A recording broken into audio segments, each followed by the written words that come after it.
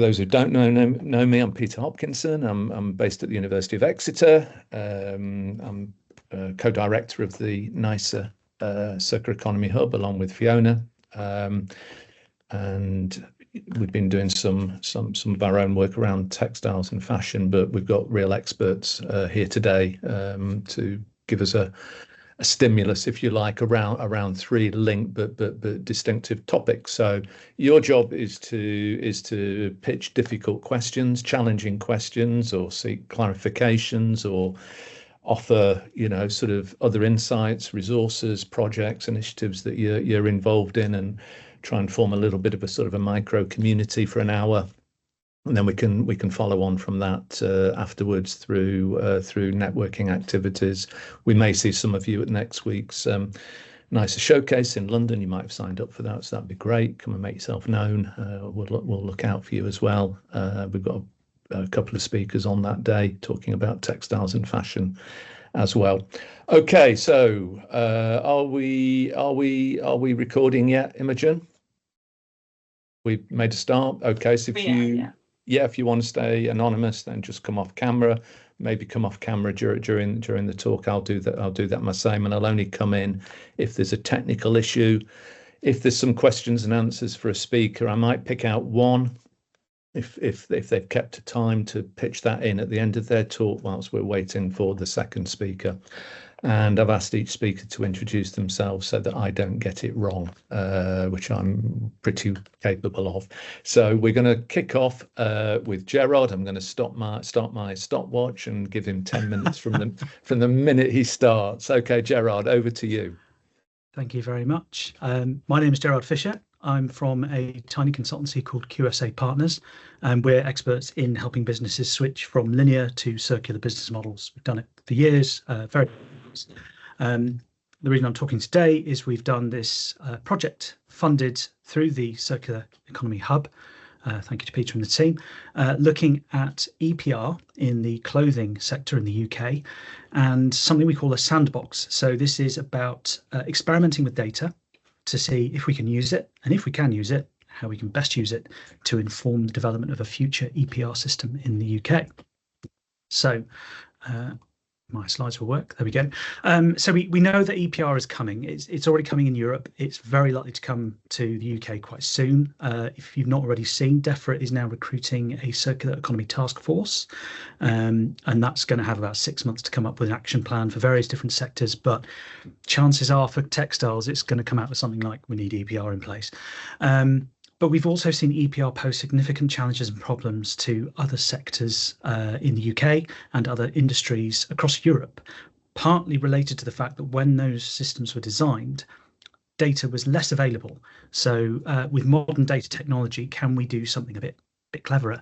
So our project was trying to tackle two things. Can we design a fair and balanced way of incentivizing circularity through an EPR fee mechanism? And can we do that in a way that isn't an absolutely administrative nightmare for the brands and the producers who would have to report into the system in the future?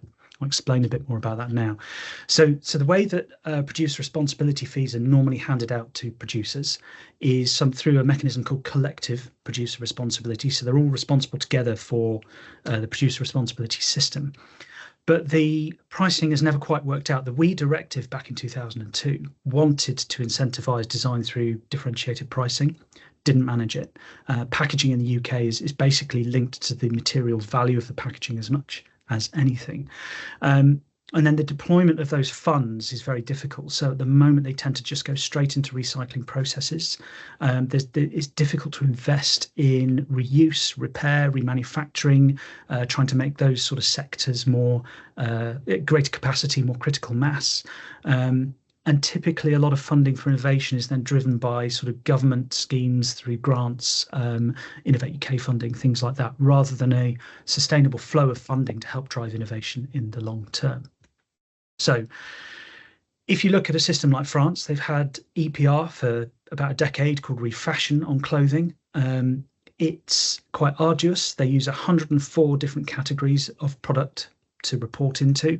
And if you want to declare an incentive for making a more circular product, you need to apply for that specific product. And it gets very cumbersome. And in fact, we know from talking to brands that they don't apply for the incentive because it costs more to apply than the incentive they get back. So actually, it doesn't work in the way that it's intended to work. If you look at the sort of data systems we see, looking at electrical waste in the UK, the top half of that box is how Currys categorizes its products. When you go on its site and you want to buy a telly, that's what you see, appliances and gaming and all that sort of stuff.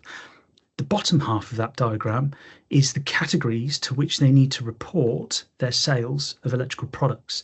And if you try and map the top onto the bottom, it's an absolute guddle. It's really, really hard, and they've got to recategorize everything and record in different boxes. And so administratively, it becomes quite painful for them.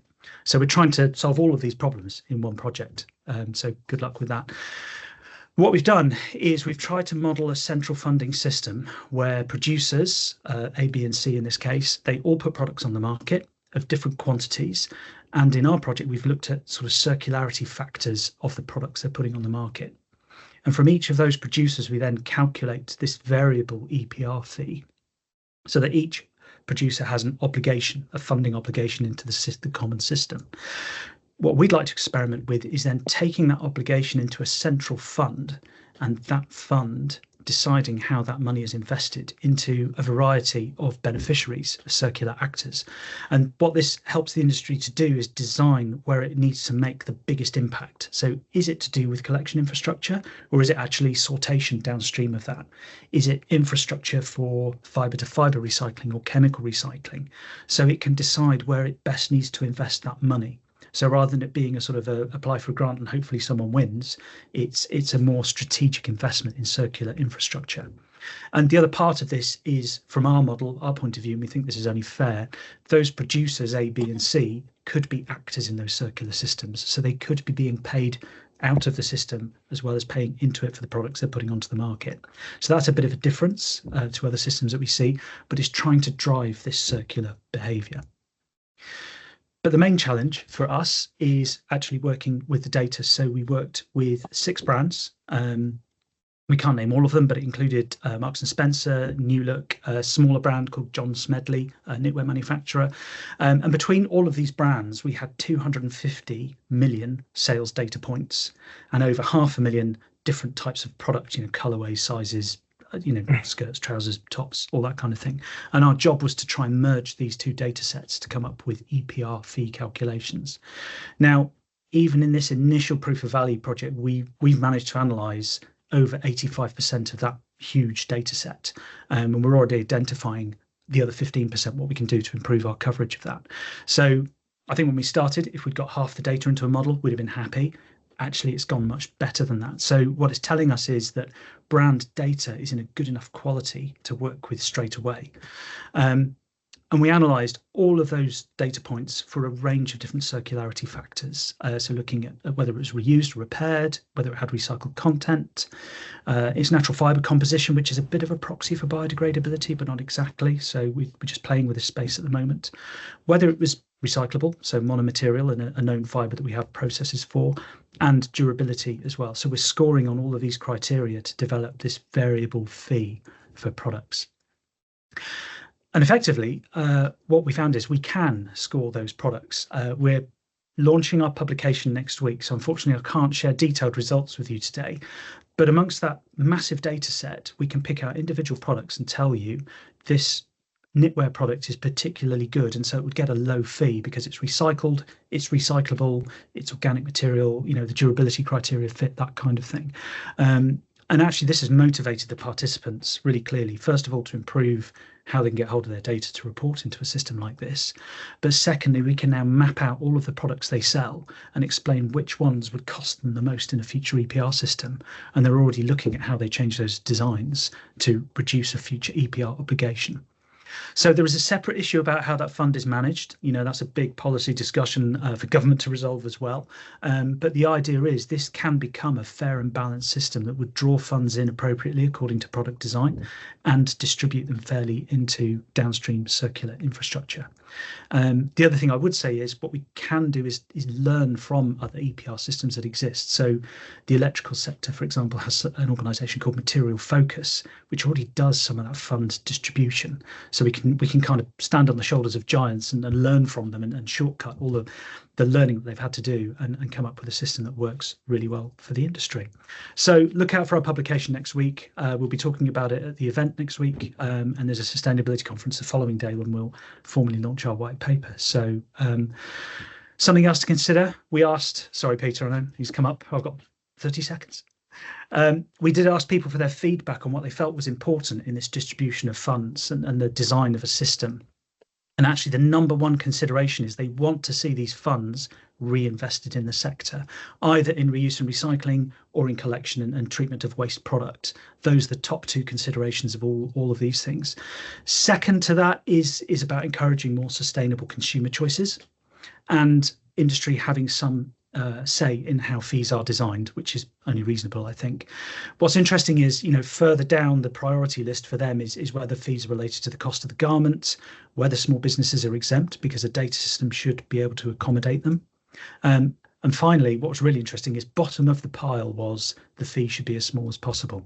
They are not obsessed with a tiny, tiny fee. They want a fair system and they want reinvestment.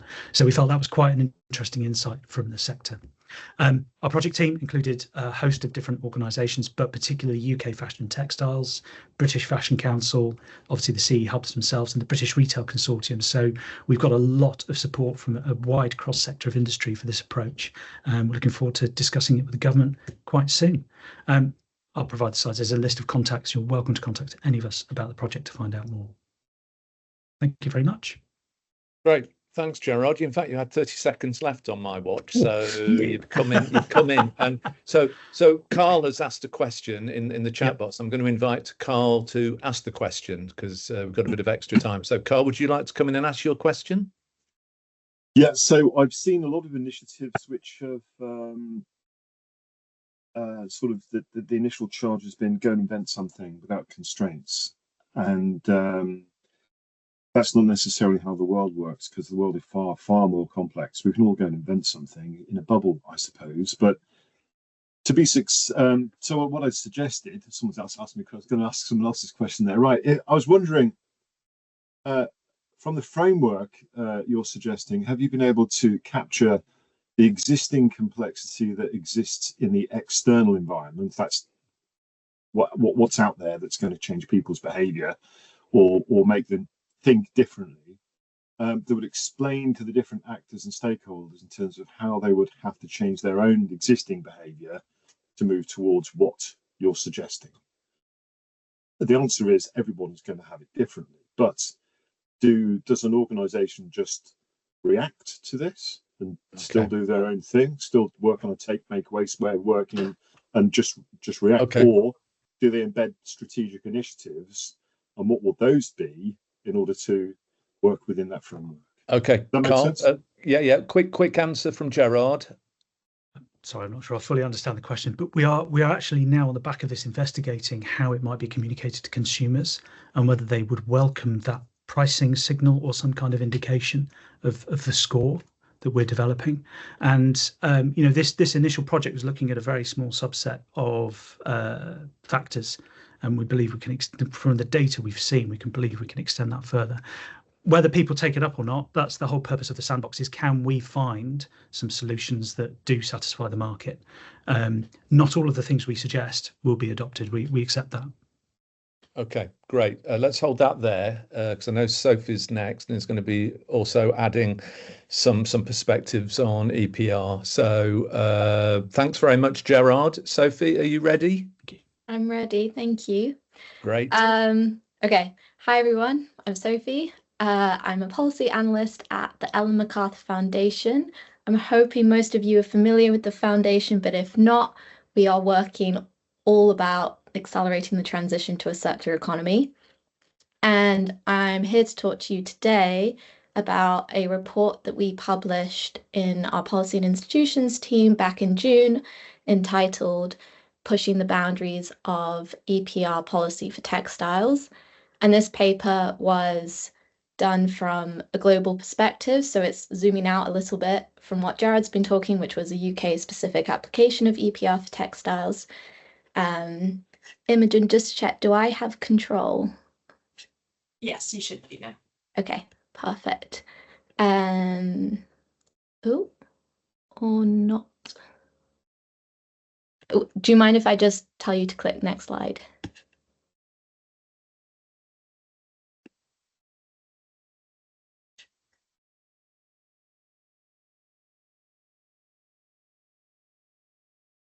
Perfect. Thank you. So to set extended producer responsibility into the context of a circular economy, I think a lot of you are familiar with our take, make, waste linear economic system and how we want to transform this into one that's circular. So instead of taking materials from the earth, making them into products such as clothing for a very short amount of time that ultimately end up as waste, we want to take these products that are currently ending up as waste and transition into a circular economy. Can you go next slide, please? And we basically design the system so that we are, from the get-go, eliminating this waste, circulating these products and materials to have their maximum use, and at the same time regenerating our natural systems. Next slide, please. So bringing it back to textiles, our report, and this won't surprise you at all, found that the vast majority, or more than 80% of textiles, leak out of the system when they're discarded. And so by this, we mean they're incinerated, they're landfilled, or they leak into the environment via other means. And this huge amount of textile waste is a direct consequence of our linear economic system, meaning that our products are not always designed to last, they're hard to recycle, and most of our business models are linear with high levels of throughput, low levels of use, and low levels of recycling. And to compound this, the collection systems that exist across the globe today are underdeveloped and don't capture all of the textiles that are placed on the market. And in addition, the majority of these collection systems are actually voluntary and so deliver very limited results. Next slide, please. And because of the potential market value, clothing that can be reused, we also call this the reusable fraction, is the kinds of clothing that's prioritized for today's existing collection schemes. And after collection and sorting, these reusable clothings are actually then mostly traded around the world. We found that more than 80% of these collected through formal collection systems are exported after sorting. And whilst this can lead to increased use rates, which would be a good thing in a circular economy, it also causes a disproportionate waste management issue on importing countries that don't have the necessary infrastructure in place to manage the clothing when it's no longer reusable. And part of the reason that this is happening is, next slide, thanks, is because the economics for sorters and collectors just don't stack up today. And this is a key barrier to achieving a circular economy. To establish separate collection systems at scale, we need sufficient structural funding to cover the net cost associated with managing all discarded textiles, not just those that we're deeming reusable today, and have therefore the highest market value. And as part of our paper, we did a small modeling exercise where we interviewed collectors and sorters across various geographies, as you can see on the graph there. And what they reported consistently across all the geographies was that collectiles and sorters are facing considerable profitability challenges already today. And at the same time, they're reporting the decline in quality of the textiles they're actually receiving, which diminishes their suitability for reuse in the first place and also reduces the price at which they can be sold. So in order to tackle this massive textile waste problem, issues with profitability of collected and sorted textiles, we, next slide please, say that a comprehensive circular economy approach is really the only solution that can match this issue. And at the foundation, we have the narrative that we view a circular economy for textiles as one in which there are like all three things come together. So products are used more and made to be made again, as well as made from safe and recycled or renewable inputs. And EPR is one policy tool that can contribute to this circular economy for textiles. And by doing this, it would ensure that products are collected, they are reused, they are repaired, they are remade or recycled into new textile products. And the main issue today, we are seeing some EPR schemes, but we need to scale up the existing collection and sorting systems to be able to sufficiently start up this circular economy for textiles. And I don't know, audience-wise, how familiar you are with extended producer responsibility, but these fees are typically paid by the brands or the producers that put the clothing on the market, and they should be and normally are designed to cover the costs of managing the waste associated with these products. But in our paper, we describe a way in which it could be more than that, and it should really apply to the entire life cycle of the products, including going beyond collection and sorting and potentially going into the reuse and repair sector as well. Next slide, please. So today, when we looked at the global situation for EPR, we can see that there's various voluntary contributions that go into funding collection and sorting, as well as public funding. But what we really need to happen is mandatory fee-based EPR to really provide this dedicated, ongoing and sufficient funding that's needed to manage all discarded textiles and not just the ones that we see as reusable today. Next slide, please. When we talk about mandatory EPR systems and why we say we need these versus voluntary or other kinds, we took an example from the plastic sector. EPR for plastics has existed for a really long time, and it's found to be more effective than voluntary ones because they involve better monitoring and enforcement, and they also have the advantage of targeting the entire industry equally rather than just a few organizations making their own contributions. Next slide, please. So when we look at existing EPR systems today, we can see that there's not very many that are adopted mandatory. Notably, one of them is France, which Gerard mentioned earlier. But what we are seeing is an increasing uptake in proposed EPR systems for textiles, as well as debates and ongoing dialogue around it. And we really see this as an opportunity to take the traditional way EPR policy has been designed and think about way national governments can design it with specific circular economy outcomes. Next slide, please. So we say EPR is a necessary part of the solution to transition to a circular economy for textiles because of 4 key benefits that it can deliver. The first is that because it places responsibility on producers with regard to the collection and sorting and recirculation of the products they place on the market, it will create the necessary funds for this.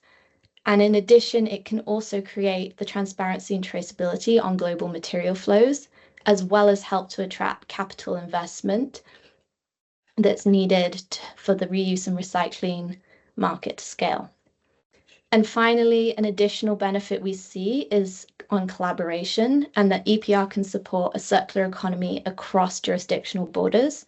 And to achieve a global circular economy for textiles, national EPR systems should align together around key objectives and setting some targets that are tailored to both national and regional contexts to ensure that this alignment will help track the traceability of clothing as it moves around the globe.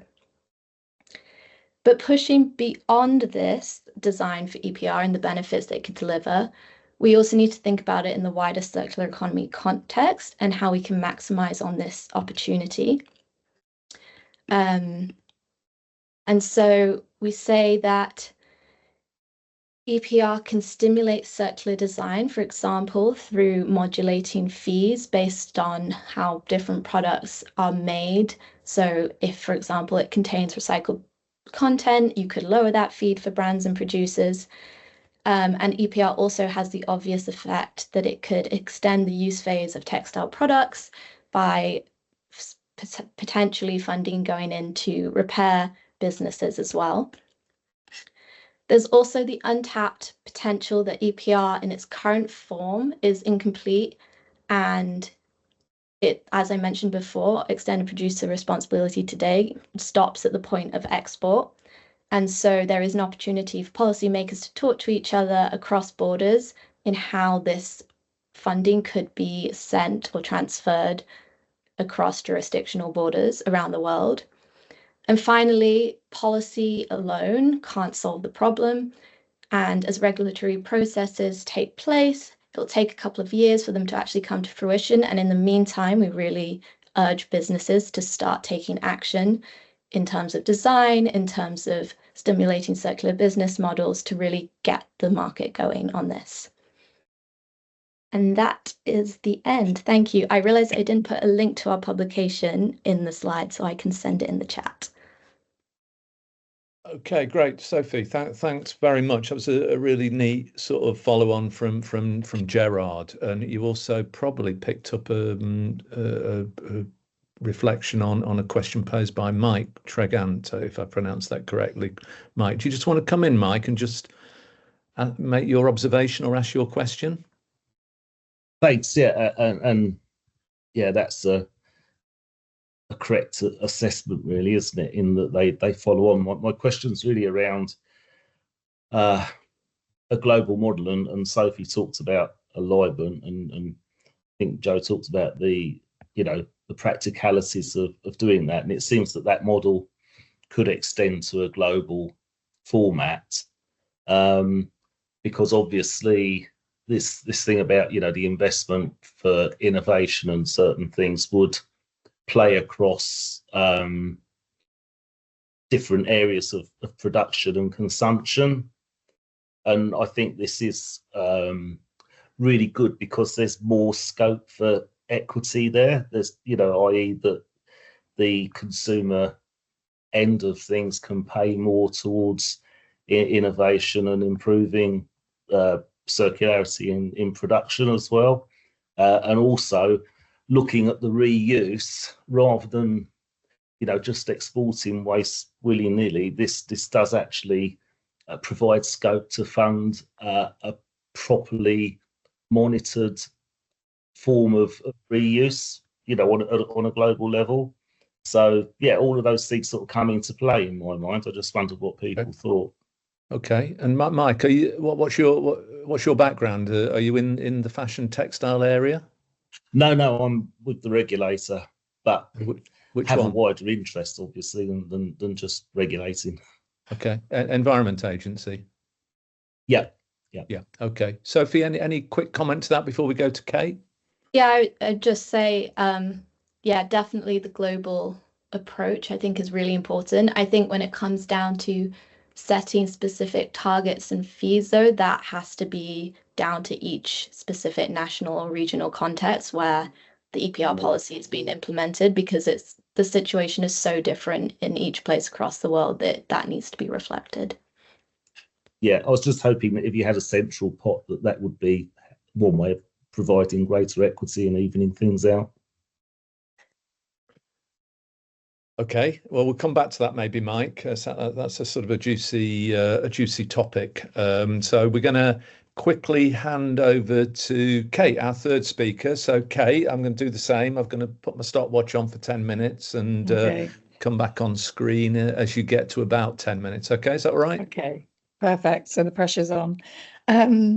It's really great to be joining this discussion today. Thank you so much. I'm going to try and move my slides. Yes.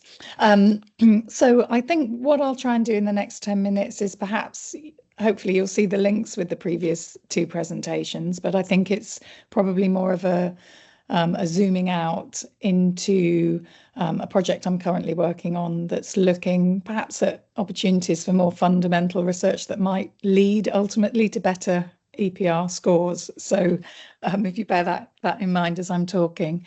I'm a professor of circular design and innovation at the University of the Arts London, and I've been working in the area of fashion and textiles and particularly circular design for quite a number of years now. And I think there is more and more a need in this hugely complex area for us to work more collaboratively across the disciplines, and that's been something that's been ramping up over, I guess, probably the last 10 or 12 years of research. And this particular project I'd like to talk about, called the Future Fibres Network, is one of those, one of a program that's been launched with UCRI, with the Natural Environment Research Council, the Arts and Humanities Research Council, and Innovate, to really bring together that kind of cross-sector, cross-stakeholder expertise, not only from academia, but also industry and all the industries related. It's one of 3 networks. So I'm talking today about the Future Fibres Network, which is being led by Professor Tamara Galloway at the University of Exeter, and we're really focused on bringing together design and environmental science. Essentially, you know, how can we understand environmental science and bring that into the design process in relation to circularity and sustainability. But the other 2 networks are one being led by the University of Leeds and one by Northumbria, are really looking at, firstly, how do we, you know, understand the data? And it was super interesting to hear Gerard's talk about the complexity of some of the data that's being analysed, and really understand the baseline of where we are and how can we ensure that the kinds of things we're promoting through the network and working on are leading to the impacts and the effects that we really want to happen. And so it's a fairly broad network in terms of, this is just a map of the Future Fibres consortiums, which is made up of 5 key universities, but within that we mapped all of the research that we've been doing as individual centres, institutes, research groups across those universities. And I think what we really wanted to make sure was that we're not starting afresh.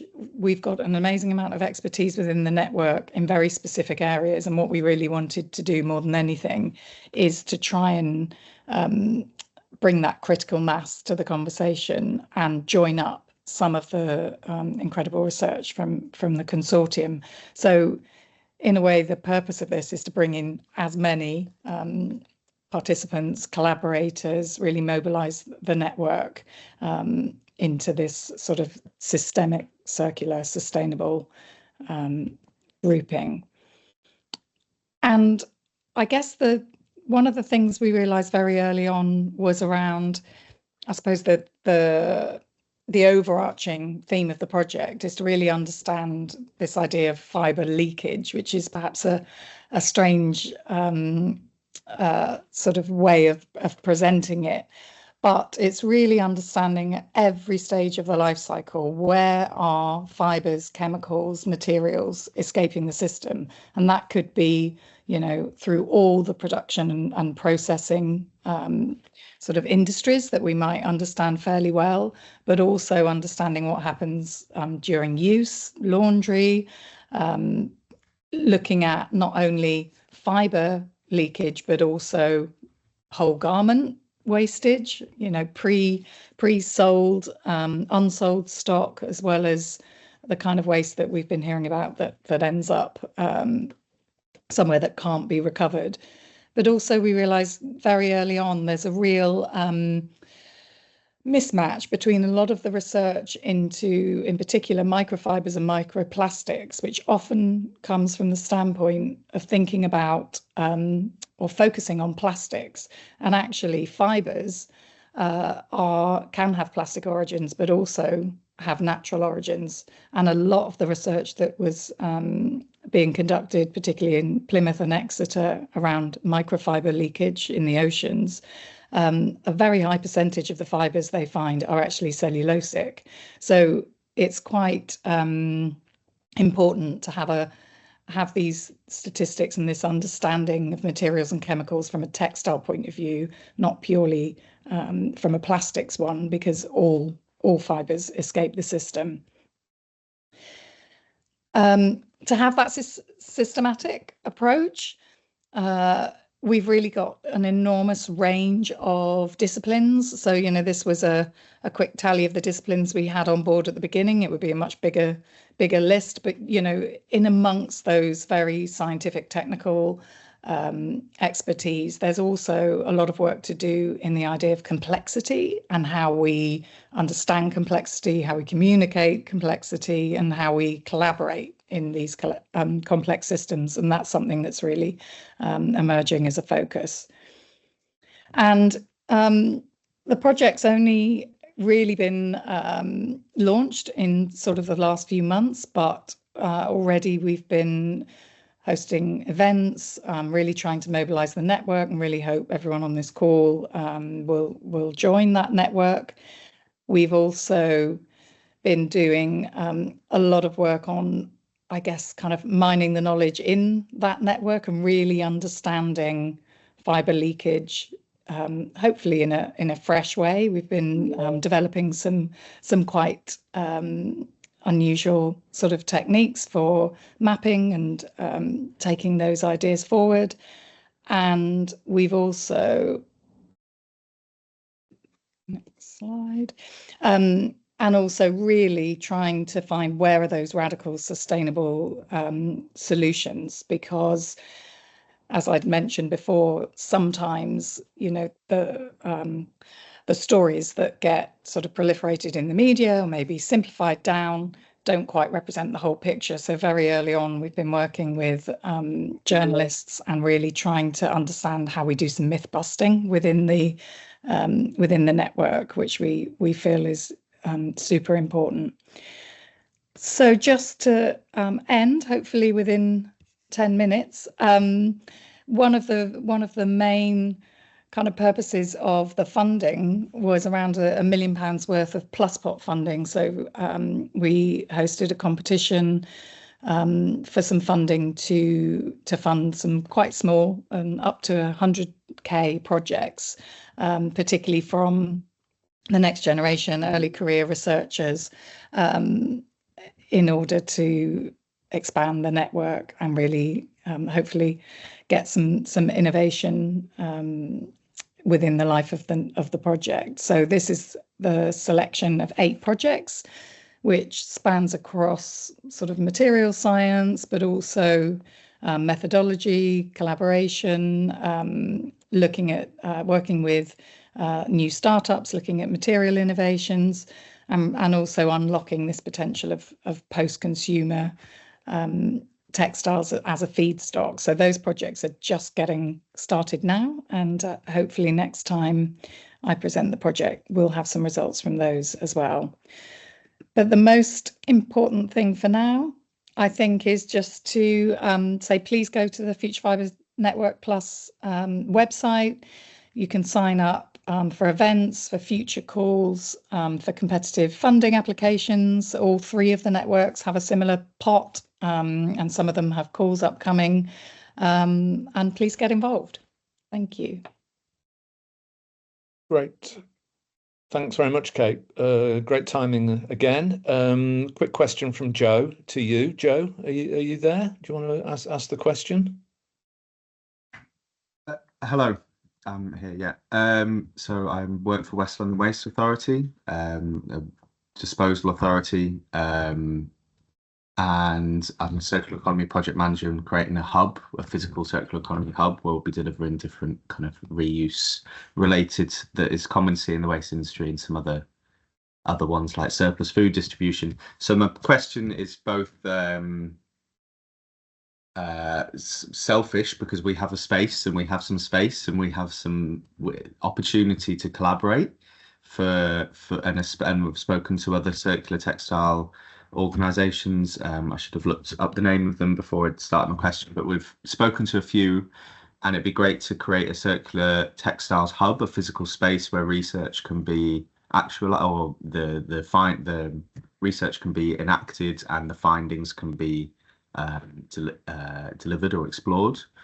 So that's one part of it, and then the other part of it is, like Sophie and Gerard were talking about, EPR and more kind of non-physical solutions to it. Waste industry mind need space. We're dealing with textiles. What's the spatial requirements and how? And then I'm conscious of things like the price of storage in London kind of prohibits a lot of this kind of stuff happening. You know, in Coventry or Cirencester, it's probably a bit more affordable. But in large metropolitan areas, how do you get around these barriers, and kind of will the revenue or the income from EPR be offset to pay for some space to do that? And I don't know if that's discussions kind of being had. So yeah, to kind of bring the discussion back round to the need for physical space. Well, that's amazing to know, and I'll definitely it'd be great to connect afterwards in terms of, you know, perhaps joining up with space for projects.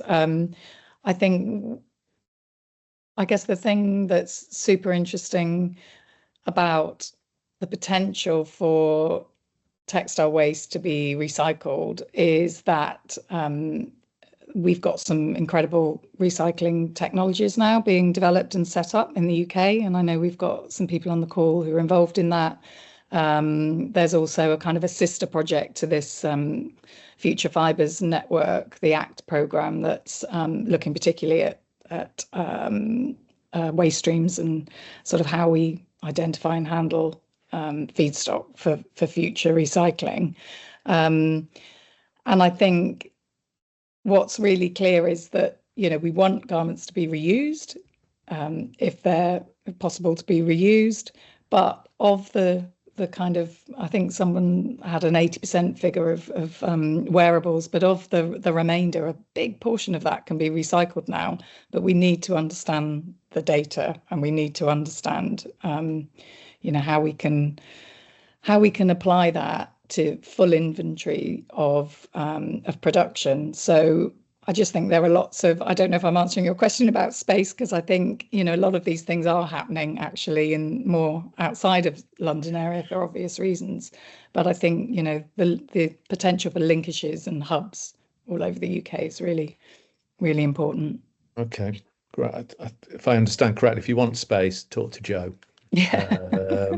You know, in London. So, I mean, before we go to Carl, I'm just going to throw something back to Sophie and Gerard on the back of Kate's presentation, where you've made the point that about cellulosic fibre getting into particularly water environments. Where does that sit, Gerard and Sophie, in your EPR and your eco-modulation? You know, what can you just sort of say a bit about, you know, we've talked about exports, we've talked about, you know, sort of countries, you know, sort of struggling with the economic costs of recycling, etc. But just say something about that whole sort of microfiber piece in your work. Gerard, maybe first, and then Sophie, and then we'll come back to you, Carl. No pressure. So there is a microfibers working group, isn't there, that's looking at this kind of area at the moment. And I think it's important, looking back at the network that Kate's presented, just on the previous point about space, the UKFT project on recyclability, they're running a program called ACT, developing new recycling technology, and I think they might be able to talk about the space requirements of that as well. So have a chat with them. On microfibers, back to baselines, as part of that network, is looking at the evidence base of where the most significant problems are, and there's some interesting discussion there about whether it's domestic setting in UK from home-based washing machines, or whether it actually the vastly greater problem is at the dyeing and processing works, typically in Asia, and riverborne microfibers being released into the sea there. And so it's important to understand the balance and where you can have control. So is your EPR lever better put onto the production process somehow, or is it related to the containment from the washing process here? And though, there's some quite detailed discussions to have about which of those is most appropriate, I think. And then can you measure those things? It's another challenge, but there are sort of different faces to even that problem. Okay, great. Thanks, Gerard. Are you part of Future Fibres Network, Gerard? I'm not sure I'm technically a member. Okay, well, you need. It sounds like you need to be. You're welcome to join. Yeah. Okay. Sophie, what's your take on fibres and EPR in a global system? I think when we think about EPR, it's kind of tackling the problem of managing our resources, kind of trying to make the economics work of our waste problem. But fibres come in both from like an end of use phase, but also like Jared mentioned, like washing machines, like already in the beginning of the use phase. So I think it comes back to product design. And at the foundation, when we talk about policies for a circular economy, we kind of have a framework of 5 overarching policy goals.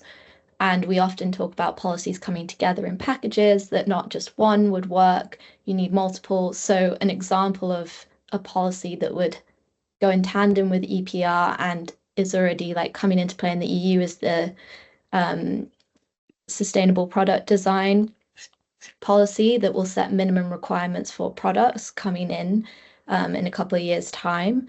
And I think policy instruments like that basically need to come hand in hand. So we can't just think about EPR on its own.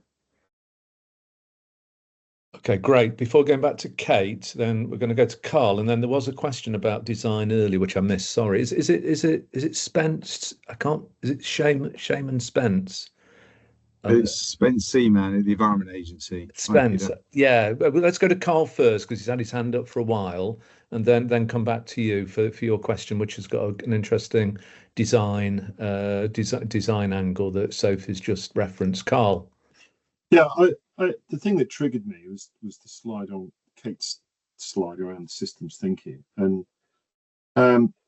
to me, it's quite clear that for some reason, a large proportion of the application of systems thinking around the circular economy has adopted a mechanistic approach in understanding that that's what systems thinking is. It's not. So the mechanistic approach only covers part of the systems thinking tool set, if you like. So where exactly what Sophie's saying, this is a multifaceted problem. And there are lots of levers and different strings that you can pull to essentially create the right type of behavior. So when we're looking at, for instance, if we think the solution is space, for argument's sake, to go and store these products, well, we haven't really done anything to change the take, make, waste mindset and generating revenues from a single point of sale, right? So where is the effort being captured from the production point of view to essentially prevent people from continually buying these things from a single point of sale? Where is the effort coming from that's going to say, actually, no, you don't have to buy it, just go and lease it, right? So that's not necessarily a mechanistic thing. That's more of a soft systems, if you like, approach to try and encourage that type of behavior. So a lot of the research... Carl, who are you directing your question at, or are you making an observation? No, I'm just making an observation. Okay. I'm just conscious of time, but I think you've made your point about systems and how systems behave, mechanistic versus complex and emergent properties. I don't know whether Kate might just want to have a quick response to that. We can come back, Carl, if we've got time. It's so, yeah, you've hit the nail on the head in terms of the complexity. And so, for example, the things that have been coming up a lot are, for example, it can, trying to put data to some of these things is a bit like having a materials beauty contest. And the point is you can't judge a material as a standalone entity. It's sort of, you've got to think about the way something's used and the benefit it brings. So, for example, wool comes off really badly in terms of carbon impacts, but I don't think anyone would suggest that wool is not a great choice for certain types of garments. And So I think, it's that complexity. This isn't a complicated problem. You're absolutely right. It's not something you can break down into little chunks. It's a complex problem, and we're probably the most complex part of that, the people in the chain. But equally, I also don't think it should be a contest between sort of, these new business models sharing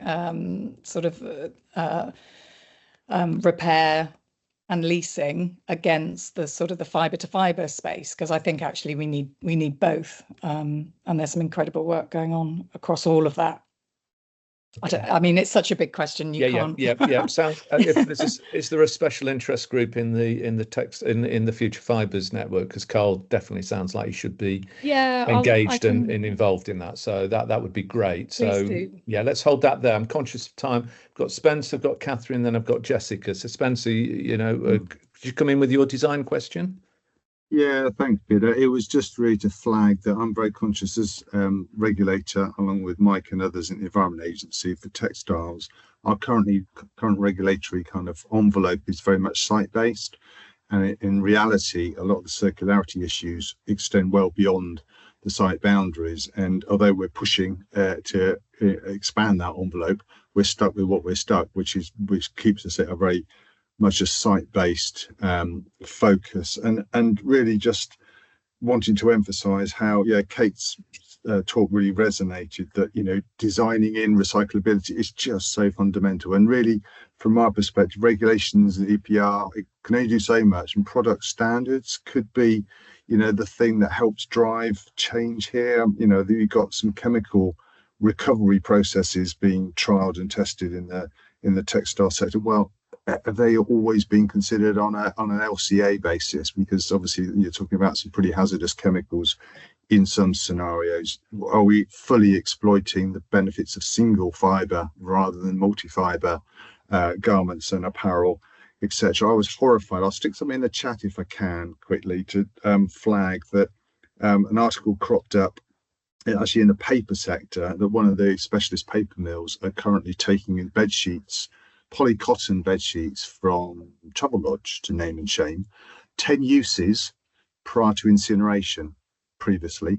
They now have a chemical process to recover the cotton fibres and make specialist paper as a result. So that's a good result, but really, are those bed sheets really being designed for longevity?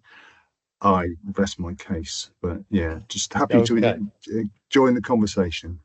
Right. Okay. I mean, maybe if I could I'll try and be really brief with this, because one of the projects that I could have spoken about today is actually a project with the Circular Textile Foundation, who I know are on the call, and linked with Project Reclaim, who are doing the recycling up in Kettering.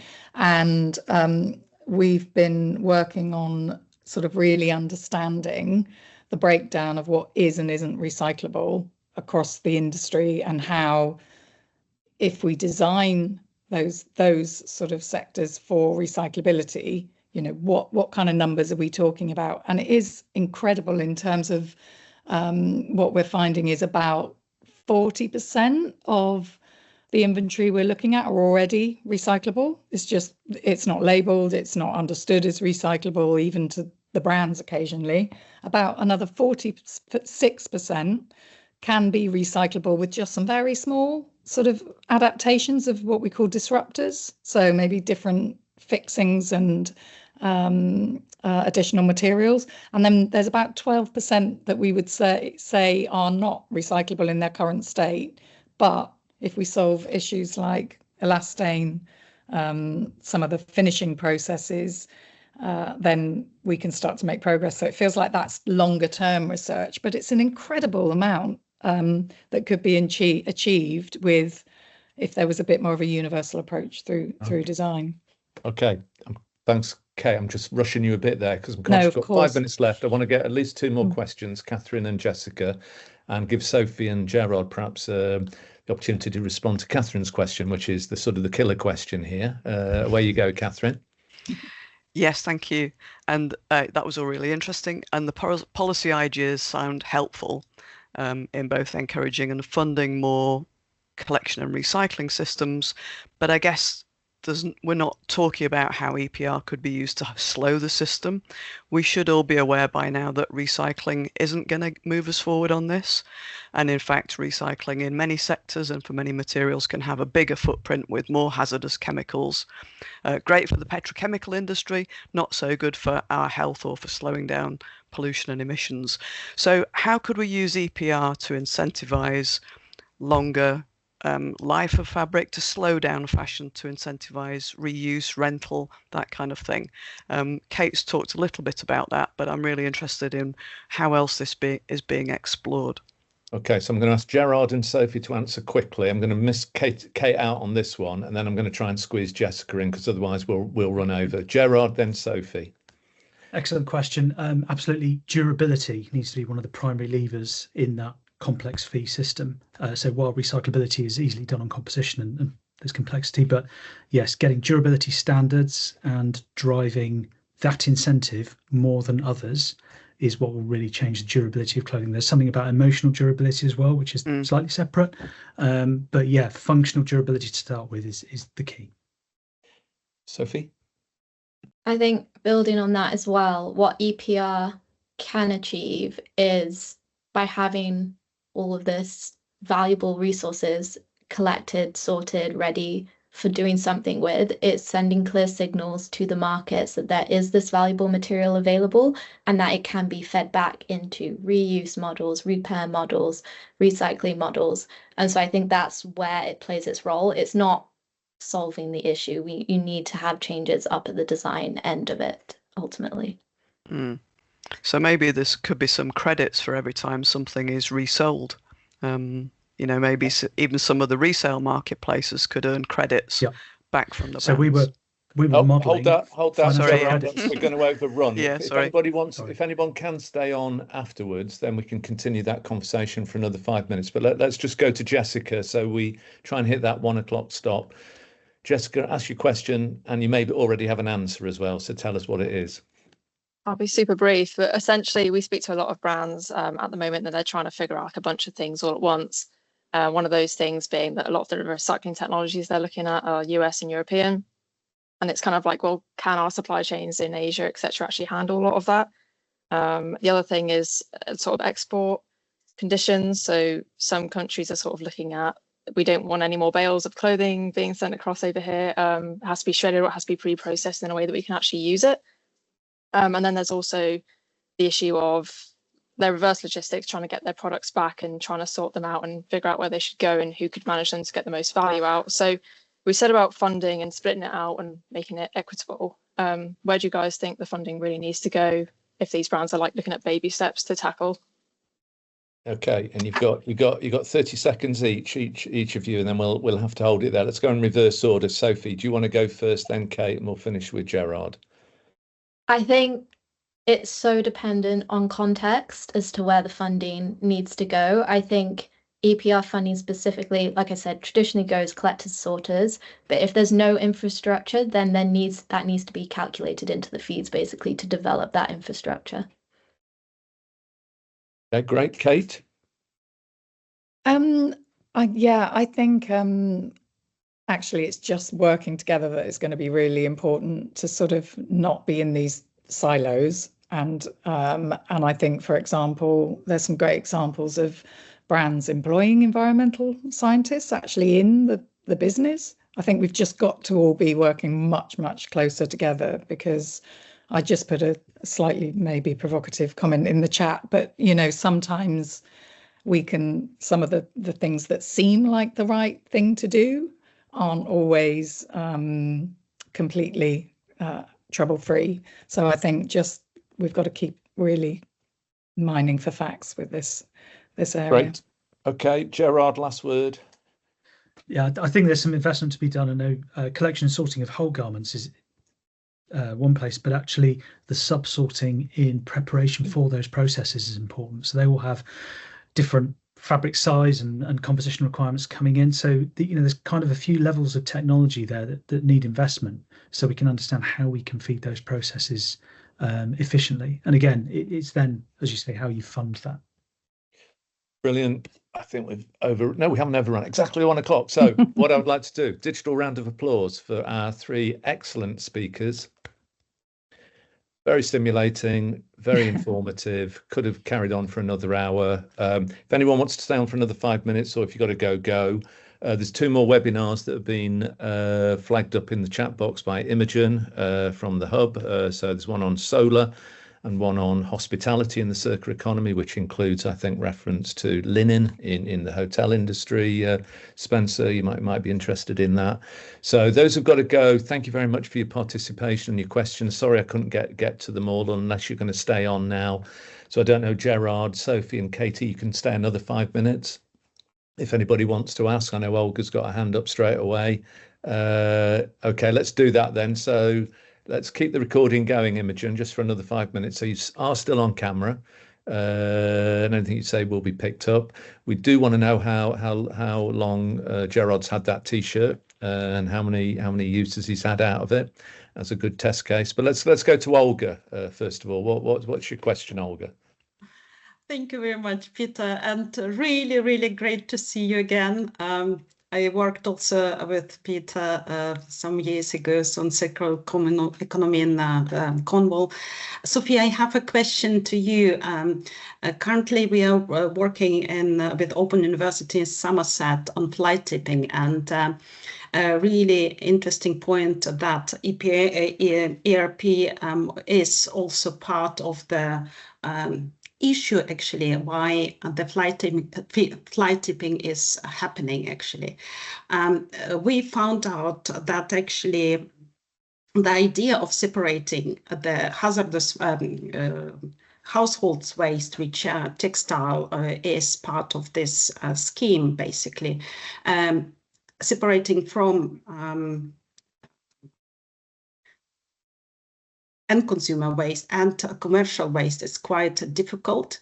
So I'm just thinking if this particular scheme could be, I would not say optimized by merging commercial waste with household waste, so to speak, then it would work. Otherwise, at the moment, this scheme, it's not working. Okay, anybody like to take that? Sophie, you look like you were going to come in. I can come in. I think that, yeah, there aren't many EPR for textile schemes that exist yet, right? So there's not a lot that they have to build on. And I think even taking France, for example, what I didn't mention earlier is that building on our report, we are publishing a few country fact sheets actually next week, which kind of build up a bit more on specific country contexts. And France themselves are actually rethinking about how their EPR scheme works, not necessarily rethinking the scope of the products. That's actually not something through our research that we've heard anybody talk about, but it's really interesting that you bring it up. And I think as dialogue continues around EPR for textiles, I think it's a very important thing to bring to people's attention, because it could be a very valuable avenue to explore. Yeah. Great. Yeah, let's contact maybe outside. Thank you very much, Sophie. I don't know if there's any other questions that people. Carl had a question about LifeSite. He's gone. 1 or 2 other people are gone. Has anyone got a burning question before we let our speakers go and have some lunch? Put your hand up now. Can't see any in my chat box. Or can I? Let's have a look. No, there's nothing in there. Okay, so that's great. Kate, it'd be good to touch base with you with some work we're doing for DEFRA at the moment on modelling polyester flows across the UK economy. Sounds brilliant. As part of our data observatory and the challenges of dealing with losses and leakages, but that's for the future. So let's leave it there. It's a sunny day up here in Yorkshire, so people might go and have a chance to go and get some fresh air. Thanks everyone for staying on. If you want us to continue the conversation, get in touch with Imogen, and then we'll put them in touch with other people, the speakers, or connect people through the CE Hub. So okay, so we'll stop the recording there. Bye everyone. See you at the showcase next week if you're going to be there. Otherwise, maybe on one of our next webinars. Okay, see ya. Thank you Thanks very so much. much. Bye.